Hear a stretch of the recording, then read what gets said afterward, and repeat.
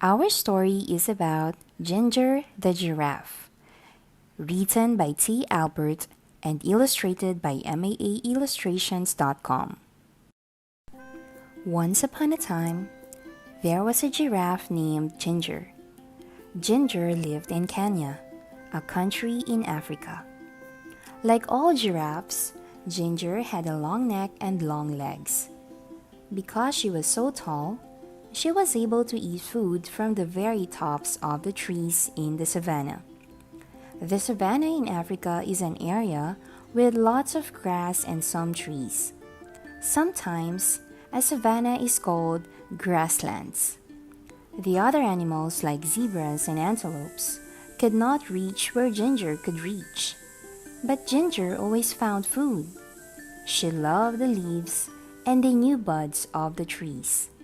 One day, Ginger was busy eating her favorite leaves along with some other giraffes. It was a bright sunny day and there was not a cloud in the sky. It had not rained for a long time, so the grass was very dry. She heard a noise down at the bottom of her extra long legs. It was her friend, Mickey the monkey. Mickey was trying to say something, but Ginger couldn't understand what he was saying. He looked very tired. "What's wrong?" asked Ginger. Ginger was a very kind giraffe and wanted to help everyone. Just then, Mickey fell over. Ginger was also a smart giraffe. She knew what was wrong. Mickey couldn't find anything to eat and he was very hungry. Ginger nibbled some fresh, tender leaves and buds from the top of the tree where she was eating. She dropped some of the leaves and buds to the ground near where Mickey was. Then she nudged him a little with a hoof at the bottom of one of her very long legs. "Wake up, Mickey," said Ginger. "I found something for you to eat." Slowly, Mickey sat up and ate a little. After a while, when Mickey was feeling better, Ginger asked him, "What happened, Mickey? Why are you so hungry? Why can't you find anything to eat?" Mickey said, "It hasn't rained for so long, and now there's no more food." "That's not good," said Ginger. "What's happening with the other animals?" "No one knows what to do," answered Mickey. "All the zebras and the antelopes and the elephants are getting worried about the dry grass. Some of them are thinking about leaving the savannah and trying to reach the jungle." "That's a long trip," said Ginger. "Are you going with them?" "I don't know," answered Mickey. "What do you think we should do?" Ginger thought for a while and then suddenly she had a good idea. "We should go talk to Leo the lion. He is the smartest animal in the savannah." Mickey was too tired to walk, so Ginger invited him to ride on her back. "Hold on tight to my neck," said Ginger. "There's a lot to hold on to," joked Mickey. Ginger laughed. "You're right. I've got the longest neck in Africa." So they started their journey across to the other side of the savannah to look for Leo. Ginger and Mickey were in luck. Leo was sitting up on a rock, and he was really easy to see as they walked through the grass. "Hi, Leo!" they both shouted. Leo had been napping and was a little grumpy when they woke him up. But he was polite and said, "Hello, Ginger and Mickey. Why did you walk the whole way across the savannah? Just to wake me up?" But he was joking. He had a smile on his face. "Mickey says that there is no food left on the savannah because it's been so dry," said Ginger. "Do you have any ideas?" Leo thought for a while. He said, "There's nothing we can do about the rain. It will come soon. But we can't be sure when it will arrive.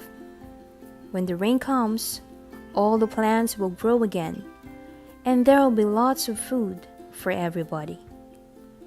He thought a little longer.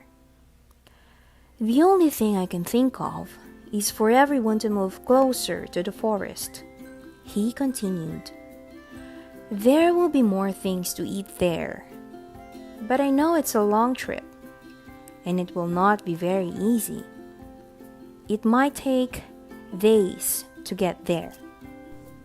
Ginger and Mickey looked at each other and then looked back at Leo. Thank you, Leo, said Ginger. It's probably best if they all try to get closer to the jungle. They said goodbye and then walked back across the savannah. Now they needed to gather all of the animals together to start the long journey. Ginger didn't need to go along because she had plenty of food in her high trees. But she was a good friend and wanted to help as much as she could. They walked towards her favorite trees, and guess what she and Mickey saw? All of the animals were already gathered there and waiting for Ginger and Mickey. Why are you all here? Asked Ginger. Eddie the eagle told us that you're taking us to the edge of the jungle, said one of the zebras. How did he know? Asked Mickey. He heard you talking with Leo, said one of the antelopes. So you've all decided to try to walk together to the jungle? Asked Ginger. Yes, they all answered. If you'll help us to get there, added one of the elephants. Of course, I'll help, said Ginger. I'm your friend. So they started on their big journey across the savannah to the jungle. The sun was so hot, and there was no food and no place to get a drink of water. And then they heard it. It was thunder! Thunder! They all shouted. Thunder was very scary to the animals of the savannah.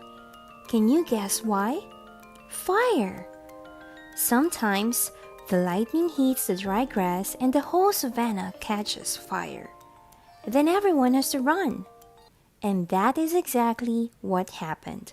Fire! They shouted. They could smell it. And now they could see it. The fire was coming towards them.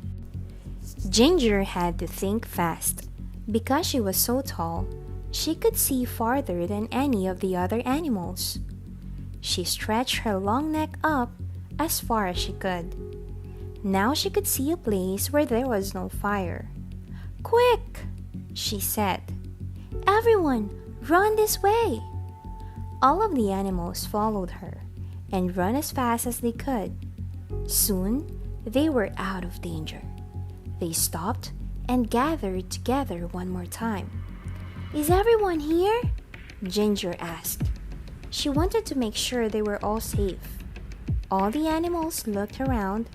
They were all there. And then, the most wonderful thing happened. I felt a drop, said a zebra. Me too, said an antelope. It was rain. Finally! Everyone was very happy. It started to rain a little more, and then a little more.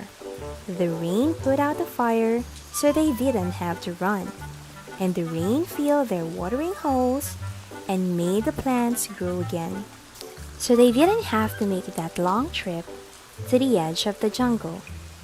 Everyone would soon have enough food and water.